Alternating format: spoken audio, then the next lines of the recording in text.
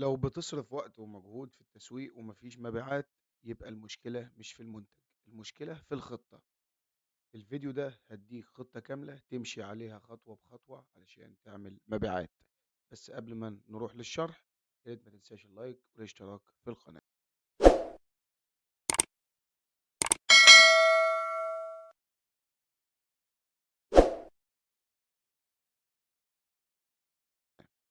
السلام عليكم، أهلا وسهلا بكم في فيديو جديد. فيديو النهاردة إن شاء الله هنتكلم عن التسويق، أو ليه معظم اللي بيشتغلوا في التسويق بالعمولة بيفشلوا.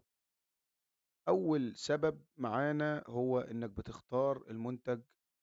عشان تنجح في مجال التسويق بالعمولة، إنك تختار المنتج الصح.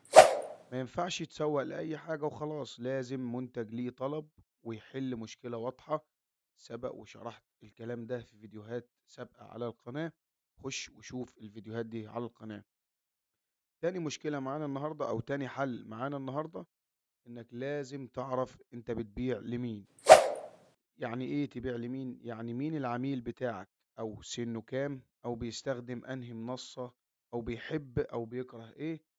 كل ما تحدد اكتر، بيعك هيبقى اسهل. تالت حاجة معانا النهاردة، انك تختار منصة واحدة بس في البداية.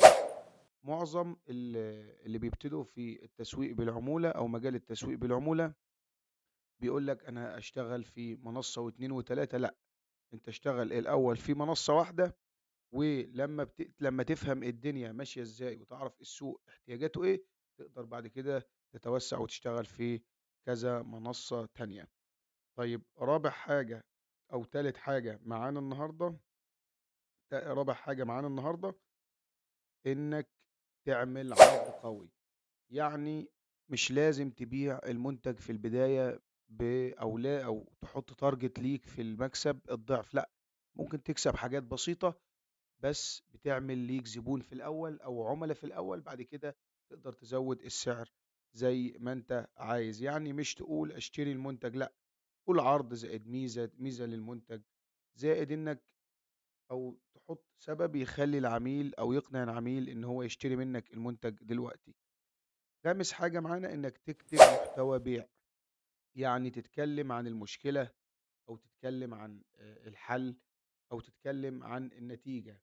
يعني تتكلم عن مشكلة والمنتج ده يحلها إزاي، والنتيجة اللي هتترتب بعد كده.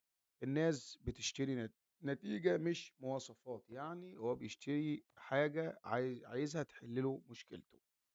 طيب، سادس حاجة معانا إنك تبدأ بحملة إعلانية صغيرة، ما تبدأش بحملة كبيرة. ليه؟ لأن أنت المرحلة الأولى دي بتبقى مرحلة إن أنت بتجس نبض المنتج، بتعرف المنتج ده هيمشي معاك في السوق ولا مش هيمشي معاك في السوق. لو مشي معاك في السوق، تقدر بعد كده تتوسع في الحملات الإعلانية بتاعتك.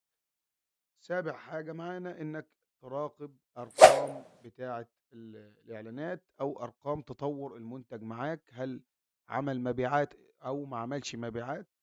لازم تشوف الإعلان جاب كام، مثلا جاب كام كليك معاك، أو كام بيعة معاك للمنتج. وبعد ما تشوف الأرقام دي وتدرسها كويس، تقدر بعد كده تعدل على أساس الأرقام دي. في النهاية، لو مشيت على السبع خطوات دول، هتوفر وقت وفلوس وهتشوف نتيجة أسرع بكتير. ولو عندك أي استفسار، تقدر تكتب لي في الكومنتات إيه أكتر خطوة حاسس إنك محتاج تشتغل عليها. لو عجبك الفيديو أو استفدت، يا ريت ما تنساش اللايك والاشتراك. ولو عندك أي استفسار أو أي شرح عايزنا نشرحه لمنصة معينة، تقدر تكتبه لنا في الكومنتات. والسلام عليكم.